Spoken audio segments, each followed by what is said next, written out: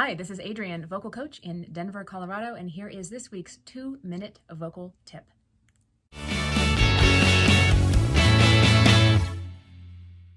I could go kind of deep on the science in this one, but first of all, I'm not a vocal scientist, so I probably would say something incorrect. And second, this is a 2-minute vocal tip. So I am going to greatly simplify a concept in voice for you and then apply it very quickly. So let's talk about vowels. Let's talk about vowels as being made up of an undervowel and an overvowel. What I mean by that is the undervowel is the part of the vowel that we hear and interpret with our brains that is associated with the space in our throat. Those are going to be the vowels like ooh, oh. That's like the darker part, but mostly the ooh is the real base of it.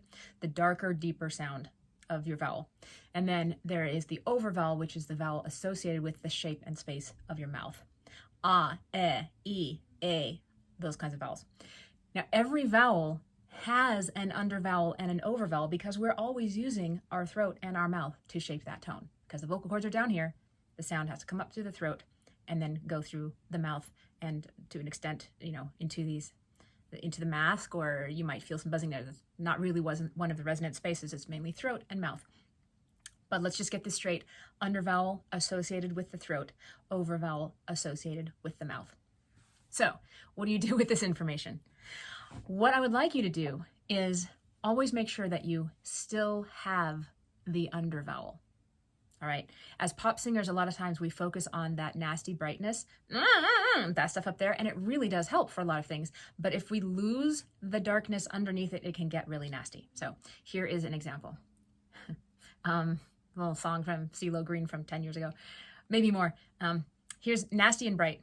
I see you driving round town with a girl I love, and I'm like, forget you. I guess the change in my pocket wasn't enough. So you got the idea. It's nasty and bright. It's easy to mix, but it's not a pretty sound. So what happened there was I kind of raised my larynx and sent all of the sound kind of up high instead of letting myself have some undervowel. So if I think about all those vowels as having some or some ooh in them, then it sounds a lot better. It can still be bright, but I'm going to add some space here. I see you driving round town with the boy I love, and I'm like, forget you. I guess the change in my pocket wasn't enough. So you can hear the difference, right? Basically, I kept my larynx down a little bit. I kept some space in the back of my mouth open so that my ah wasn't an ah, it was an ah. And my, my e wasn't an E, it was an E. Still has brightness in it, but also has darkness. So we're getting on toward 4 minutes here, so I'm going to cut this one. But just, it's a different way to say keep space in the back of your mouth. It's a different way to say make sure you don't let your larynx rise and reach for high notes like that. But it's just a different way to phrase it. Think about that existence of an undervowel.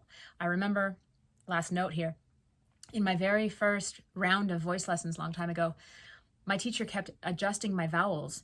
And after a few lessons, I was like, oh, I just need to put an under everything I sing. That was the undervowel that I was missing. All right. Hope that helps. I will see you guys next week.